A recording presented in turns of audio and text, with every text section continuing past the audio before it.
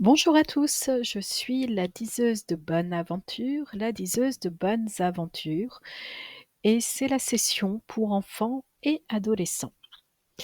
La diseuse de bonne aventure, c'est celle qui va essayer de connaître le futur par avance. La diseuse de bonnes aventures, c'est celle qui est narratrice et qui peut même, aller rechercher, dans l'enfant intérieur, dans l'intériorité de la personne, tout ce qui peut lui permettre, en s'exprimant, d'être, peut-être, un peu mieux dans sa peau, dans sa vie et d'apporter un peu plus de sens à son existence. Je suis Marina Petit-Demange, ma méthode est la linguistique du cœur. Nous allons explorer ici, l'être spirituel, la sensibilité qui nous permet de comprendre que nous avons en effet, peut-être, comment dirais-je? Des énergies, des émotions, des sentiments, des idées, des mots, plein de choses en nous. On démarre? Allez, on y va. Dans un premier temps, nous allons nous interroger sur ce qui nous nourrit. Ce qui nous nourrit, c'est évidemment ce que l'on mange, mais c'est également ce que l'on a autour de soi, que l'on garde dans sa, comment dirais-je? Encore une fois, que l'on garde dans son environnement, dans son relationnel. Les personnes avec qui nous nous mettons en relation, ça nous nourrit aussi.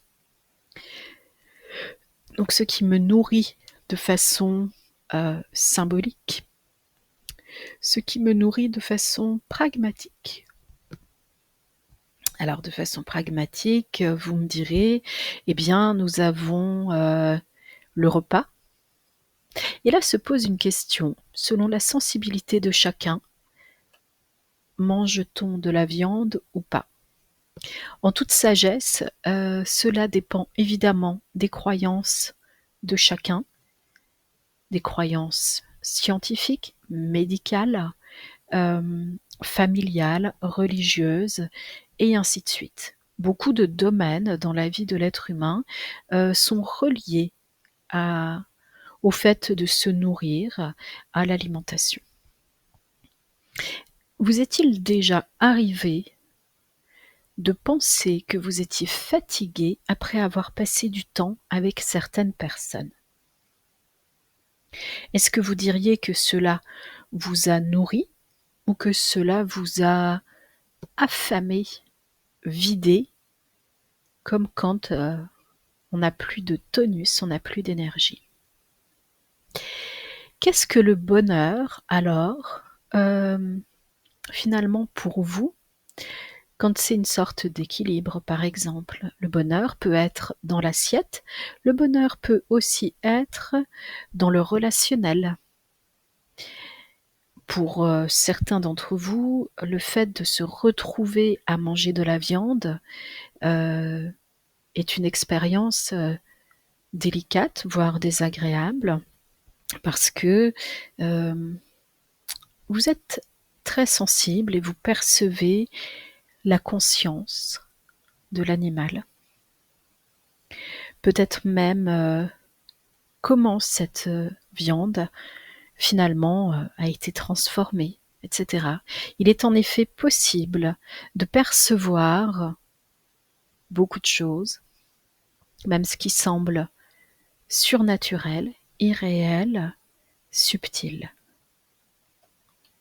Alors pour vous, qu'est-ce que le bonheur dans l'assiette? Quel est votre plat préféré? Quel est le plat aussi préféré de vos amis et le plat préféré de votre famille? Est-ce qu'ils sont identiques? Est-ce qu'ils sont différents?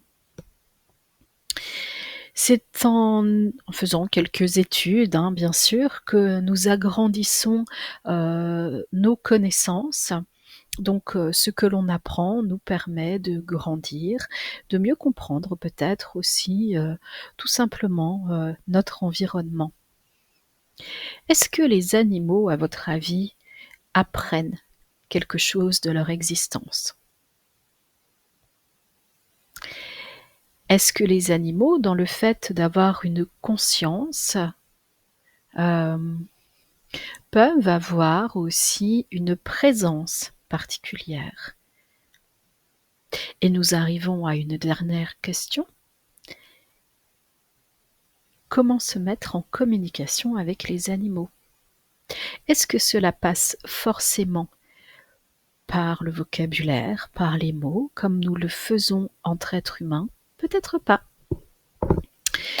Alors, comment faire et comment savoir? On va faire un petit exercice ensemble. Nous avons beaucoup d'énergie en nous, nos émotions sont une énergie, et puis aussi nos pensées. On respire. Pour moi, c'est pas très facile puisque je parle en même temps.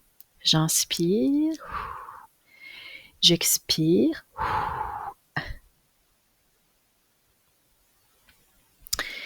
Je prends de l'air, j'inspire. Par la bouche ou par le nez. Je recrache l'air.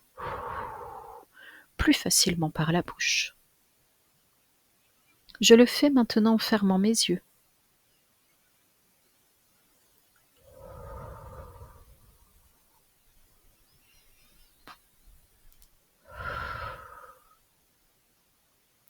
Peut-être as-tu observé parfois que quand on essaie de retenir un bâillement, on fait une drôle de tête.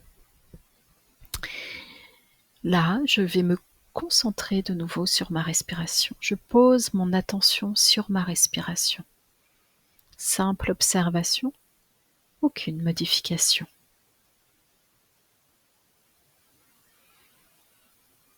Je sens une petite boule dans ma gorge que je fais descendre. Si j'ai envie de bâiller, je bâille encore. Petite boule agréable dans ma gorge qui descend dans mon cœur.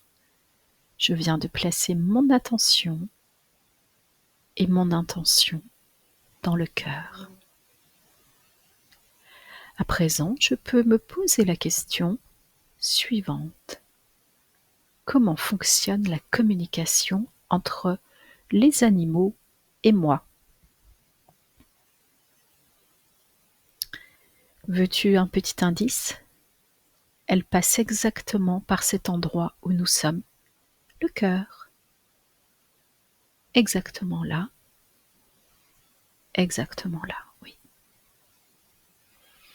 Tu bouges maintenant un petit peu tes doigts, je bouge maintenant un petit peu mes doigts, mes orteils.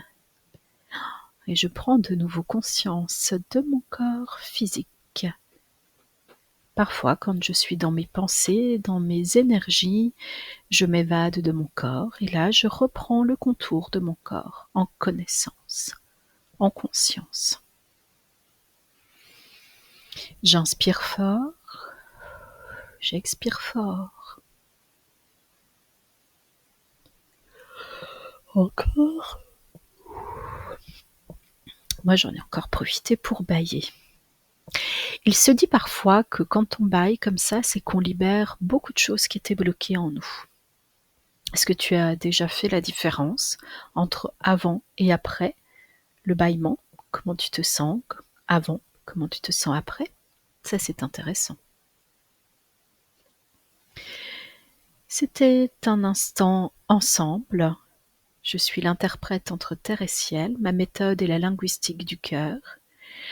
Un moment ensemble pour décrypter le sens terrestre dans toute notre sensibilité multidimensionnelle.